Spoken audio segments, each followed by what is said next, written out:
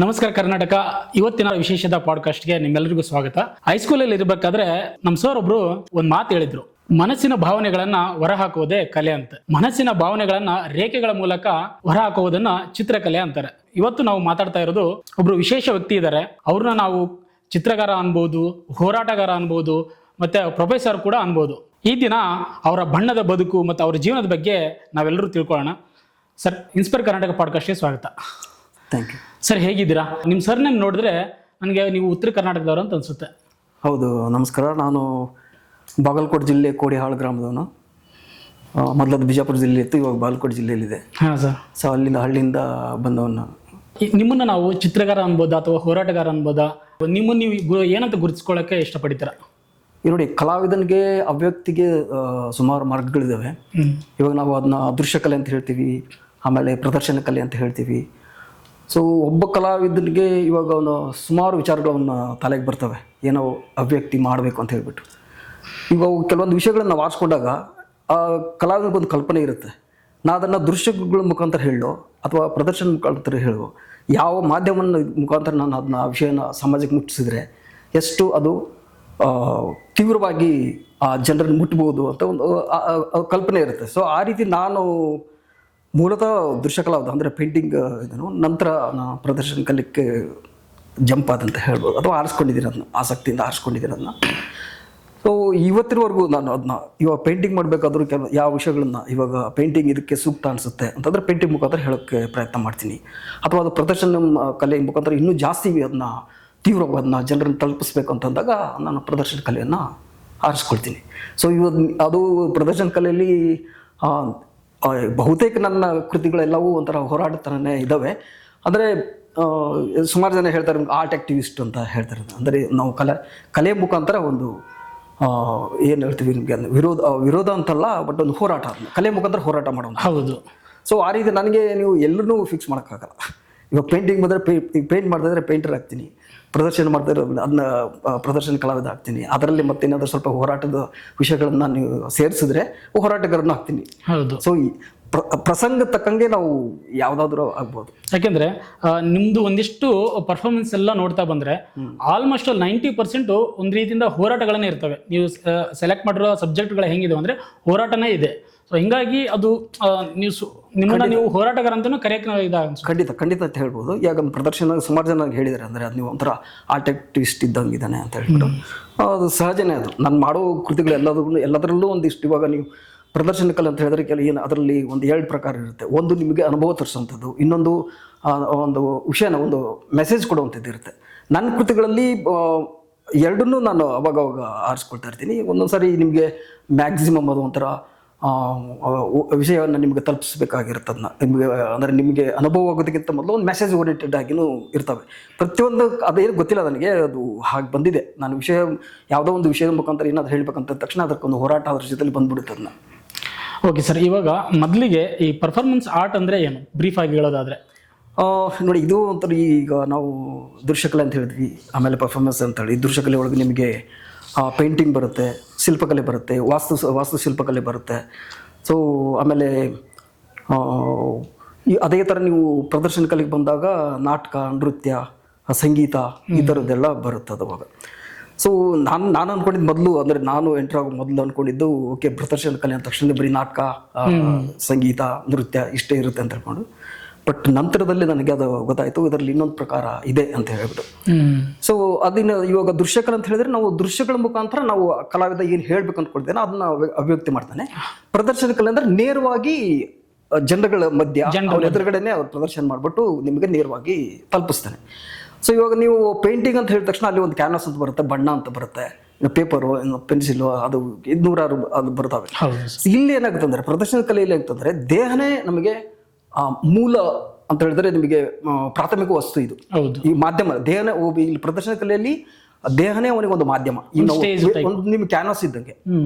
ಅಥವಾ ನೀವು ಅದನ್ನ ಇವಾಗ ನೀವು ಮೂವಿಂಗ್ ಸ್ಕಲ್ಪ್ಚರ್ ಅಂತಾನೂ ಹೇಳ್ತಾರೆ ನಿಮ್ಗೆ, ಅಂದ್ರೆ ನಡೆದಾಡುವ ಶಿಲ್ಪ ಅಂತಾನೂ ಹೇಳ್ಬೋದು. ಯಾಕಂದ್ರೆ ಅದನ್ನ ನಾನು ಇವಾಗ ಸಿಟಿಲಿ ಏನಾದರೂ ಒಂದು ವಿಷಯ ಹೇಳ್ತಾ ನಾನು ಇಡೀ ಸಿಟಿಲಿ ಹೋಗ್ತಾ ಇರ್ಬೇಕಾದ್ರೆ ಒಂದು ಶಿಲ್ಪ, ಓಕೆ ಬೀದಿಲಿ ಹೋಗ್ತಾ ಇದೆ, ಸಿಟಿಲಿ ಹೋಗ್ತಾ ಇದೆ ಅಂತ ಏನೋ ಒಂದು ವಿಷಯ ಸಾರ್ತಾ ಹೋಗ್ತಾ ಇದೆ ಅಂತ ಹೇಳ್ಬೋದು.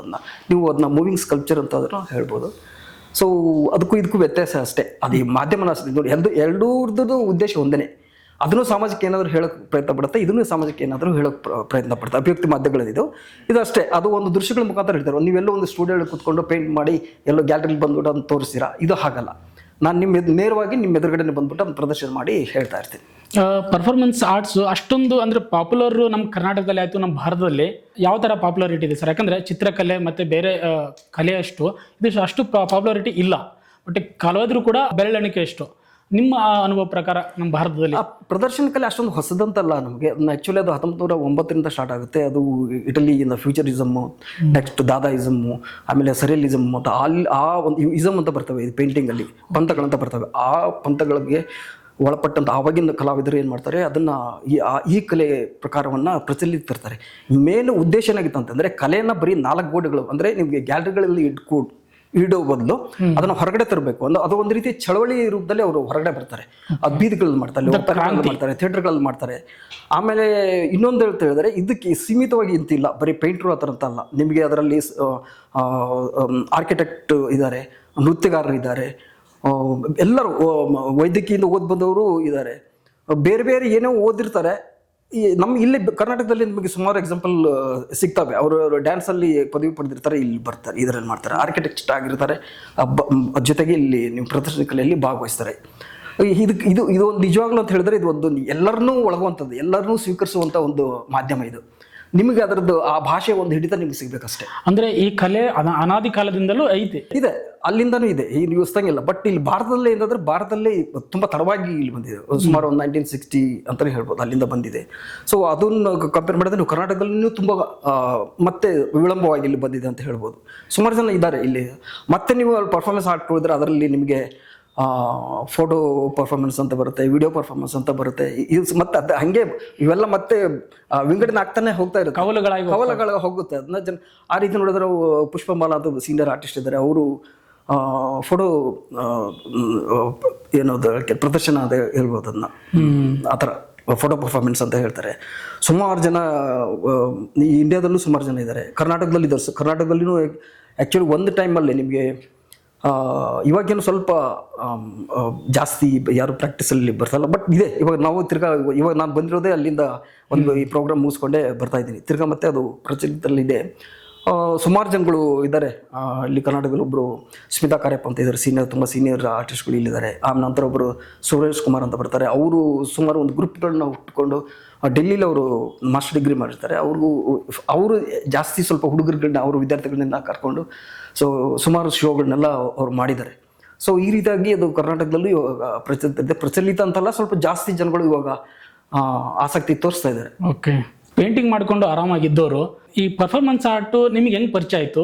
ಇದರಿಂದ ನೀವು ಯಾಕೆ ಬಿದ್ರಿ ಸರ್? ಅಂದರೆ ಇದು ಆಕಸ್ಮಿಕವಾಗಿದ್ದು. ಅಂದರೆ ಆ್ಯಕ್ಚುಲಿ ಬೆಂಗಳೂರಲ್ಲ, ಇಡೀ ಕರ್ನಾಟಕದಲ್ಲಿ ಒಂದು ವೆಂಕಟಪ್ಪ ಆರ್ಟ್ ಗ್ಯಾಲರಿ ಅಂತಿದೆ. ಇಡೀ ಕರ್ನಾಟಕಕ್ಕೆ ಒಂದೇ ಒಂದು ಗ್ಯಾಲರಿ ಅದು. ಸೊ ಅದು ಅಂದರೆ ಇವಾಗ ಒನ್ ಟೈಮಲ್ಲಿ ಸುಮಾರು 80-100ಕ್ಕಿಂತ ಹೆಚ್ಚು ಆರ್ಟ್ ಕಾಲೇಜ್ಗಳಿದ್ದು. ಇವಾಗ ಸುಮಾರು ಸ್ವಲ್ಪ ಕಡಿಮೆ ಆಗಿದ್ದಾವೆ ಇಲ್ಲಿ ಕರ್ನಾಟಕದಲ್ಲಿ. ಜಾಸ್ತಿ ನಮಗೆ ಇವು ಬೆಂಗಳೂರು, ಮೈಸೂರು ಅಥವಾ ಗುಲ್ಬರ್ಗ ಅಂತ ಸಿಟಿ ಬಿಟ್ಟರೆ ಸುಮಾರು ಹಳ್ಳಿಗಳಿಂದೆಲ್ಲ ಸುಮಾರು ಕಾಲೇಜುಗಳಿದ್ದಾವೆ, ಅಲ್ಲಿಂದೆಲ್ಲ ಸ್ಟೂಡೆಂಟ್ಸ್ಗಳು ಬರ್ತಾರೆ. ಇವಾಗ ನೀವು ಪದವಿಯನ್ನು ಮುಗಿಸಿದ ತಕ್ಷಣನೇ ಅವ್ರ ಉದ್ದೇಶ ಏನಿರುತ್ತೆ ಅಂದರೆ ಬೆಂಗಳೂರು ಬಂದ್ಬಿಟ್ಟು ಕಲಾಕೃತಿಗಳನ್ನ ಪ್ರದರ್ಶನ ಮಾಡಬೇಕು. ಈ ವೆಂಕಟಪ್ಪ ಆರ್ಟ್ ಗ್ಯಾಲರಿ ಅನ್ನೋದು ತುಂಬಾ ಕಡಿಮೆ ಬಾಡಿಗೆ ದರದಲ್ಲಿ ಸಿಗುವಂಥದ್ದು. ಇದು ಸರ್ಕಾರಿ? ಹೌದು, ಸರ್ಕಾರಿಗೆ ಸೇರಿದ್ದು. ಒಂದೇ ಒಂದು, ಇಡೀ ಕರ್ನಾಟಕಕ್ಕೆ ಒಂದೇ ಒಂದು. 500 ರೂಪಾಯಿ ಇತ್ತು ಅವಾಗ. ನಾವು ಹೋರಾಟ ಮಾಡಬೇಕಾದ್ರೆ ಅಂದ್ರೆ ನೀವು ಸಿಂಗಲ್ ಆಗಿ ಅಂದ್ರೆ ಸೋಲೋ ಎಕ್ಸಿಬಿಷನ್ ಅಡ್ಮಿಷನ್ ಫೀ ಅಲ್ಲ ಅದು ಬಾಡಿಗೆಗೆ. ಓಕೆ, ಈಗ ಸೋಲೋ ಎಕ್ಸಿಬಿಷನ್ ಮಾಡ್ತೀರಾ ಅಂತ ಹೇಳಿದ್ರೆ ನಿಮಗೆ ದಿವಸಕ್ಕೆ 500 ರೂಪಾಯಿ ಆಯಿತು. ಇವಾಗ ನೀವು ಸಮೂಹ ಕಲಾ ಪ್ರದರ್ಶನ ಮಾಡ್ತೀನಿ, ಅದು ಗ್ರೂಪ್ ಎಕ್ಸಿಬಿಷನ್ ಮಾಡ್ತೀನಿ ಅಂದರೆ 750 ರೂಪಾಯಿ ಇತ್ತು ಅದು ನಾವು.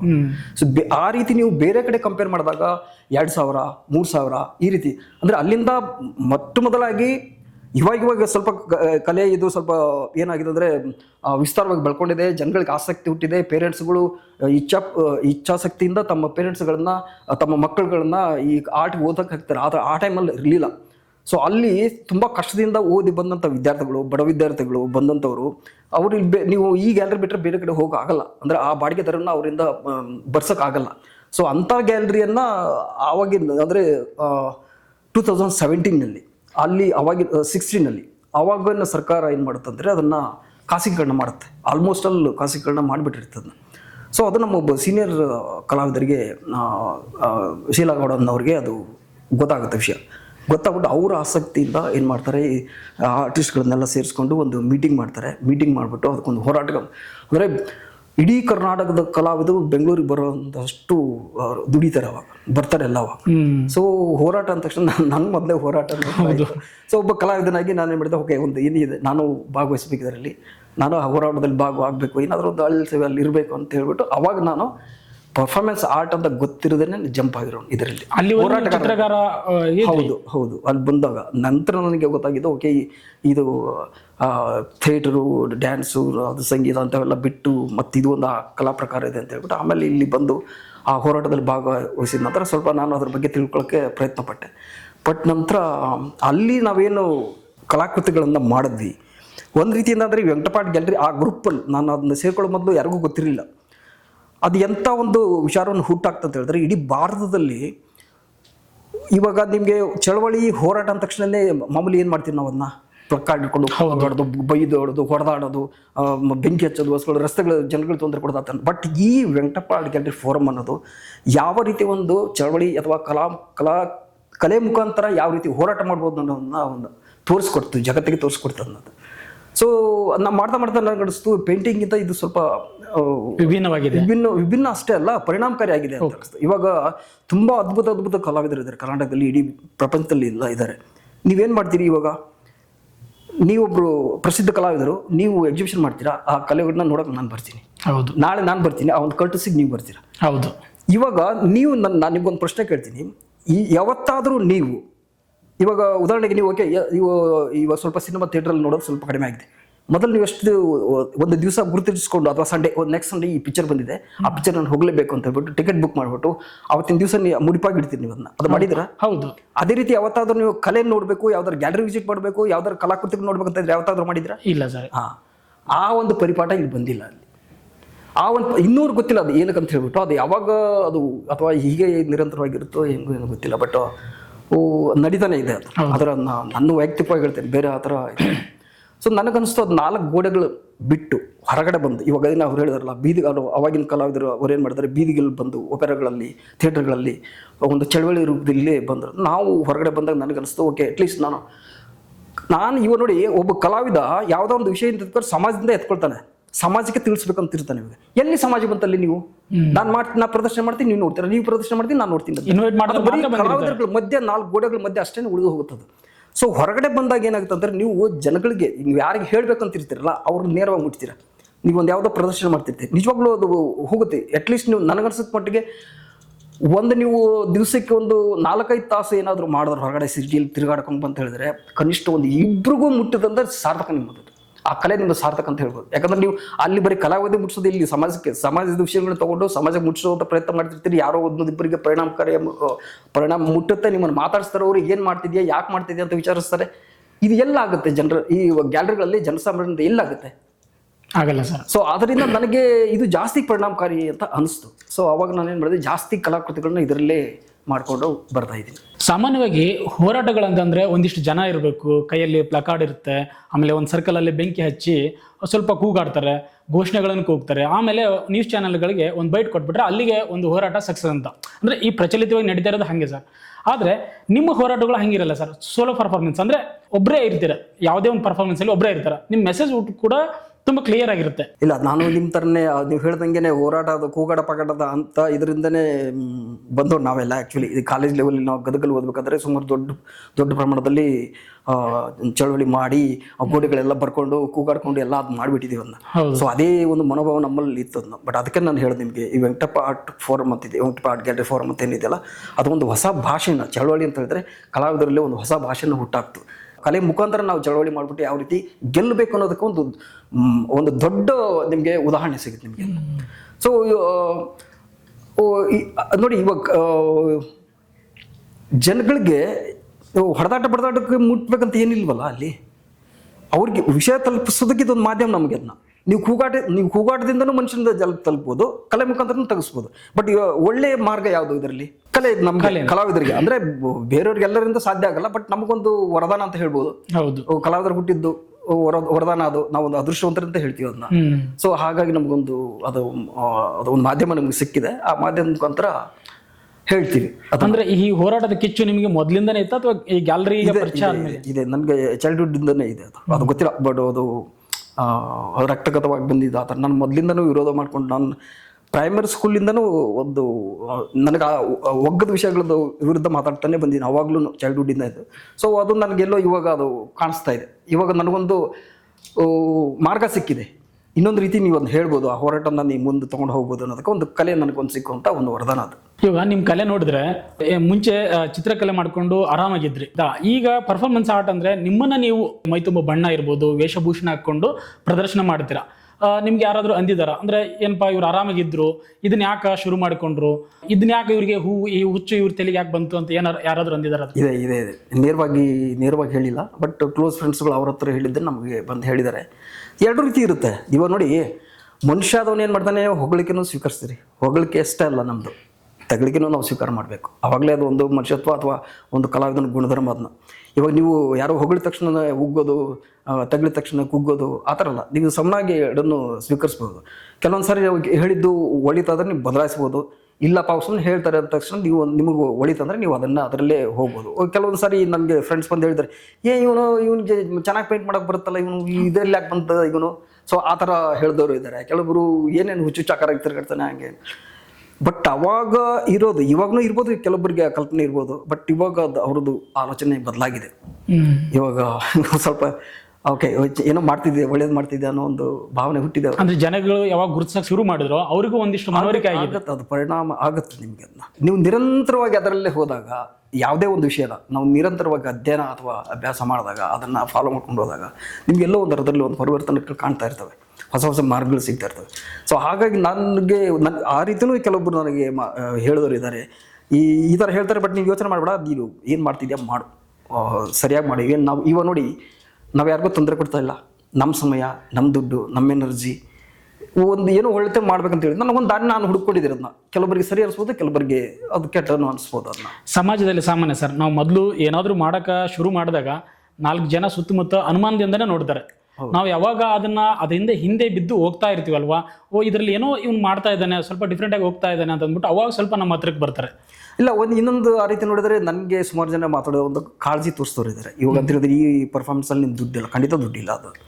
ಸೊ ಎಲ್ಲೋ ನಿಮಗೆ ಯಾವುದೋ ಇವಾಗ ಕಲ್ಚರಲ್ ಎಕ್ಸ್ಚೇಂಜ್ ಅಂತ ಹೇಳ್ಬಿಟ್ಟು ಫಾರಿನ್ ಗ್ರೂಪ್ ಬಂದು ಇಲ್ಲಿವ್ರು ಅಲ್ಲಿ ಹೋಗಿ, ಎಲ್ಲೋರು ಇಲ್ಲಿ ಹೋಗಿ, ಎಲ್ಲೋ ಅದು ತುಂಬ ರೇರ್. ಆಮೇಲೆ ಅದರಲ್ಲಿ ನಾನು ಇನ್ನೂ ಅಷ್ಟೊಂದು ಬೆಳೆದವನಲ್ಲ. ಇದರಲ್ಲಿ ಸುಮಾರು ಜನ ಇದ್ದಾರೆ, ಆ ಥರ ಗ್ರ್ಯಾಂಟ್ಗಳು ತೊಗೊಂಡು ಹೋಗಿ ಅಲ್ಲಿ ಮಾಡಿ ಬರೋರು ಇದ್ದಾರೆ ಸ್ವಲ್ಪ. ಬಟ್ ಈ ಸದ್ಯಕ್ಕಂತೂ ಅಲ್ಲ, ಇದರಲ್ಲಿ ಒಂದನೇ ಎಪ್ಸ ಸಿಗಲ್ಲ. ನಾನು ಇಷ್ಟು ವರ್ಕ್ ಮಾಡ್ತಿದ್ದೀನಿ ಅಂದರೆ ನಾನು ಎಲ್ಲೋ ದುಡ್ದಿದ್ದನ್ನು ತಂದು ಇಲ್ಲಿ ಆಗ್ತಾಯಿದ್ದೆ. ನನಗೇನೋ ಒಂದು ಖುಷಿ ಸಿಗುತ್ತೆ. ಜನ ಕಾಳಜಿ ಇದ್ದವರು ಫ್ರೆಂಡ್ಸ್ ಇದ್ದಾರೆ, ಆಯ್ತಪ್ಪ ನೀನು ಏನೋ ಮಾಡ್ತಿದ್ಯಾ, ಏನೋ ಹೇಳ್ಬೇಕಂತಿದ್ದೆ ಮಾಡ್ತೀನಿ, ಬಟ್ ಹೆಂಗೆ ಊಟಕ್ಕೆ ಏನು ಮಾಡ್ತೀನಿ ನೀನು ಅಂತ.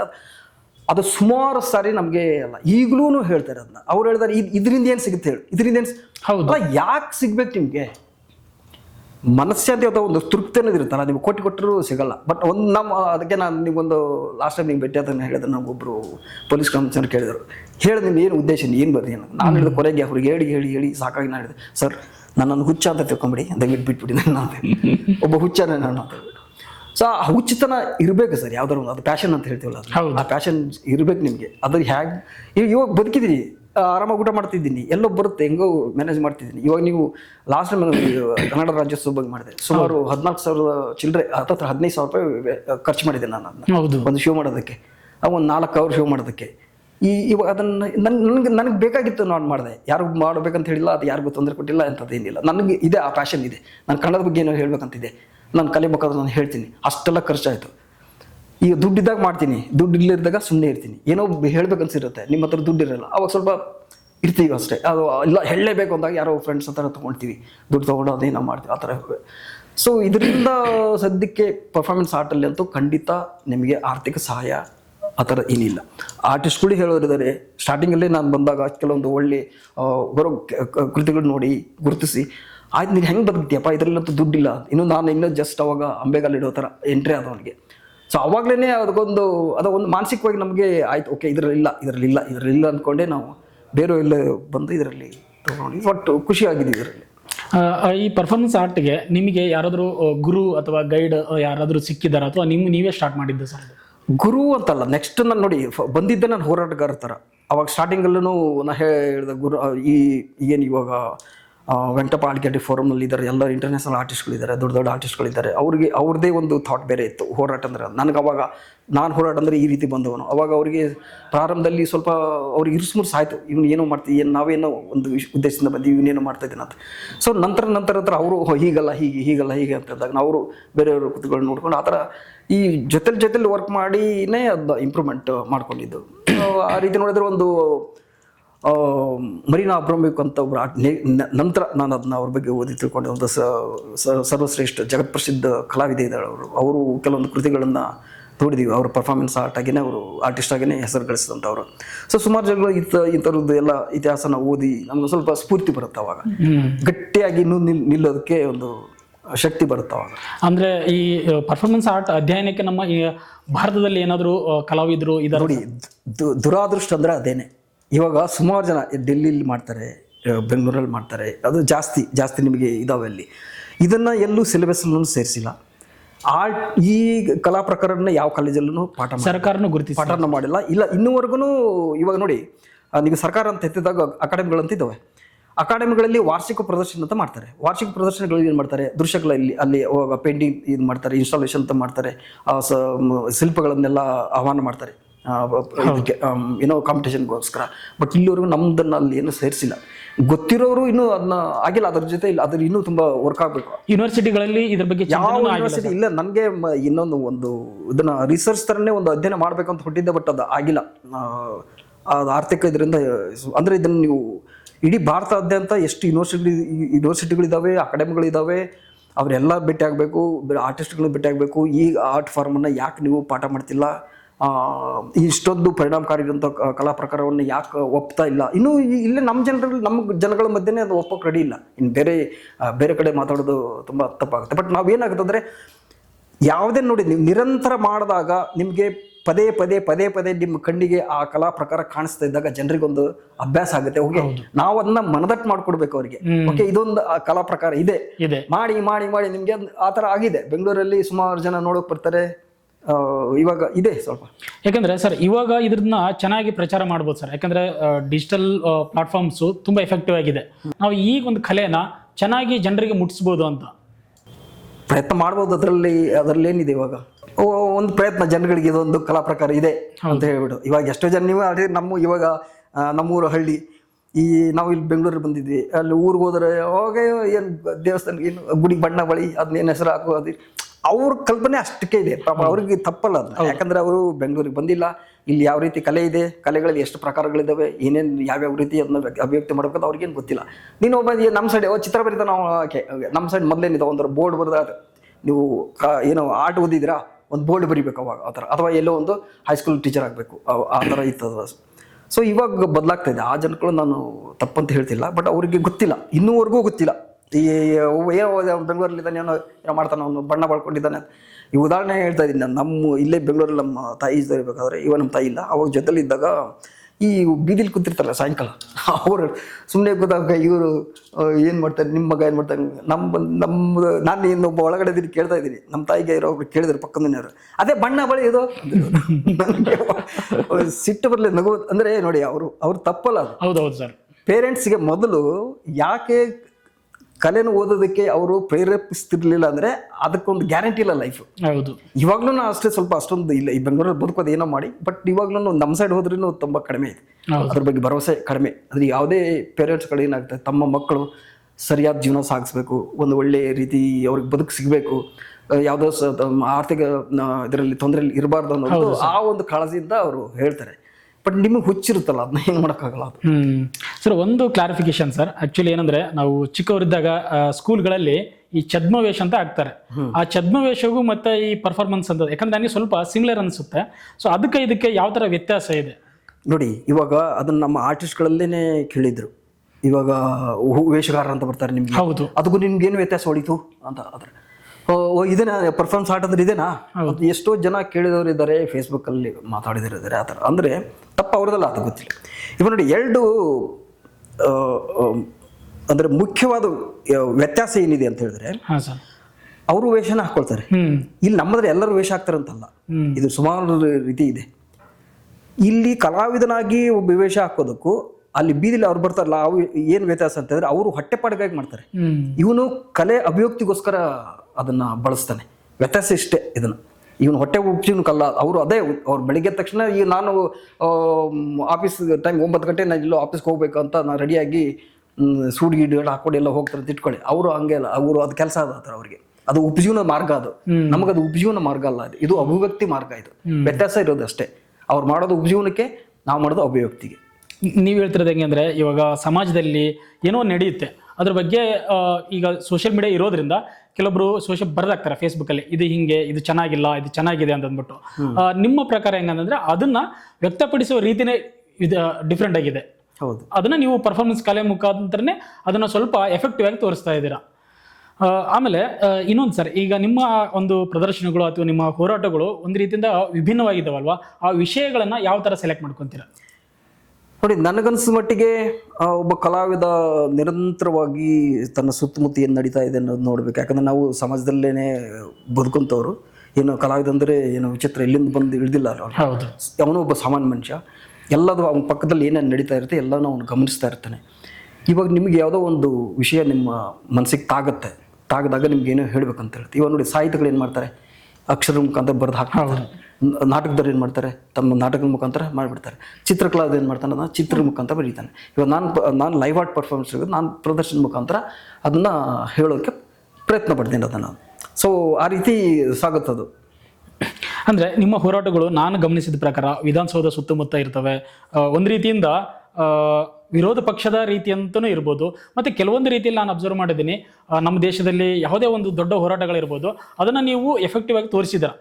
ಎಕ್ಸಾಂಪಲ್ ರೇಪ್ ಆದಾಗ ಆಯಿತು, ರೈತ ಚಳವಳಿ ನಡೆದಾಗಾಯಿತು, ವಿಶೇಷವಾಗಿ ನಮ್ಮ ಕರ್ನಾಟಕದಲ್ಲಿ ಕನ್ನಡ ಭಾಷೆ ಚಳವಳಿ ಇರ್ಬೋದು, ಮತ್ತು ಕಾವೇರಿ ಹೋರಾಟ ಇರ್ಬೋದು. ಈ ಥರ ಹೋರಾಟಗಳಲ್ಲಿ ನಿಮ್ಮನ್ನು ನಾನು ಗಮನಿಸಿದ್ದೀನಿ. ಸೊ ಅದನ್ನು ನೀವು ಯಾವ ಥರ ಎತ್ಕೊಂಡ್ರಿ, ನಿಮಗೆ ಏನು ಅನಿಸ್ತಾ? ಇಲ್ಲ, ನೀವು ನನ್ಗೆ ಮೊದಲಿಂದನೇ ಆ ಥರ ಇದೆ. ಸಮಾಜದಲ್ಲಿ ಏನು ಆಗೋಗಳು ಇರ್ತಾವಲ್ಲ, ಅದ್ರ ಬಗ್ಗೆ ನಾವು ನೋಡಿ, ನೀವು ಎಲ್ಲರ ಥರ ನಾವು ನೋವನ್ನು ಅನುಭವಿಸ್ತಾ ಇರ್ತೀವಲ್ಲ. ಇವಾಗ ಉದಾಹರಣೆಗೆ ನಿಮಗೆ ನಾನು ಕಾವೇರಿ ಬಗ್ಗೆ ಮಾಡಿದೆ ನಾನು. ಆಮೇಲೆ ಕಳಸಾ ಬಂಡೂರು ಬಗ್ಗೆ ಮಾಡಿದೆ ನಾನು. ಅವಾಗ ಇನ್ನೂ ಒಂಥರ ಆ್ಯಕ್ಚುಲಿ ಕಲಾವಿದರಾದರೂ ಇವಾಗ ನೋಡಿ, ಇವಾಗ ಆಗ್ತಾಯಿದೆ. ಸದ್ಯದಲ್ಲಿ ಕಬ್ಬು ಬೆಳೆಗಾರರ ಸಮಸ್ಯೆ ಬೆಳಗಾವಿಯಲ್ಲಿ ನಡೀತಾ ಇದೆ. ಹೌದು, ನನಗೆ ಇವಾಗ ಕುದಿತಾ ಇದೆ. ಏನಂದ್ರೆ, ಯಾಕೆ ಕಲಾವಿದರು ಯಾರು ಮಾತಾಡಲ್ಲ ಅಲ್ಲಿ? ಯಾಕೆ ಮಾತಾಡಲ್ಲ ನೀವು ಅದನ್ನ? ಮತ್ತೆ ಅದು ಕಲೆ ಅಂದ್ರೆ ಏನದು? ಅದು ಅಲ್ವಾ ಅದು ಅಲ್ವಾ ಕಲೆ? ನಮಗೆ ನೆಲ ಜಲ ಇದ್ರ ಬಗ್ಗೆ ಎಲ್ಲರ ಬಗ್ಗೆನೂ ನಾವು ಚಿಂತೆ ಮಾಡಬೇಕಾಗುತ್ತೆ. ಅದ್ರ ಬಗ್ಗೆ ಅಭಿವ್ಯಕ್ತಿ ಆ ಸಂದರ್ಭ ಬಂದಾಗ ನಾವು ಮಾತಾಡಬೇಕು. ಒಬ್ಬ ಜನಸಾಮಾನ್ಯನಾಗಿ, ಒಬ್ಬ ಕಲಾವಿದನಾಗಿ ನಮಗೊಂದು ಜವಾಬ್ದಾರಿ ಇದೆ. ಇವ್ ನೋಡಿ, ಕಲೆ ಒಂದು ಸಮಾಜಕ್ಕೆ ಕನ್ನಡಿ ಇದ್ದಂಗೆ ಅಂತ ಹೇಳ್ತಾರೆ. ಏನದು ಅಂದ್ರೆ, ಸಮಾಜದಲ್ಲಿ ಏನು ಆಗೋಗಳಿರ್ತಾವ ಅದು ನಿಮ್ಗೆ ತೋರಿಸೋದು. ನೋಡಪ್ಪ, ಇದು ಹಿಂಗೆ ನಡೀತಾ ಇದೆ, ಇದು ತಪ್ಪು ಅಂತ ಹೇಳಿ.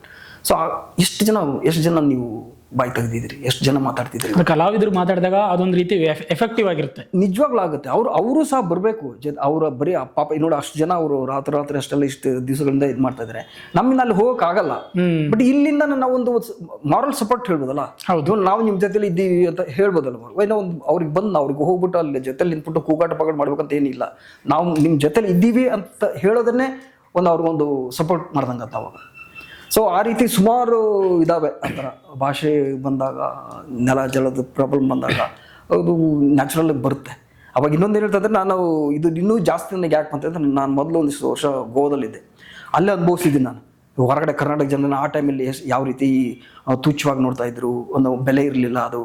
ಸೊ ನೀವು ಯಾವಾಗಲೂ ಯಾವುದೇ ನಮ್ಮದು ಅನ್ನೋದನ್ನು, ಇವಾಗ ನೀವು ಆ ಜಾಗ ಬಿಟ್ಟು ಹೊರಗಡೆ ಹೋದಾಗಲೇ ಅದ್ರ ವ್ಯಾಲ್ಯೂ ಗೊತ್ತಾಗೋದು.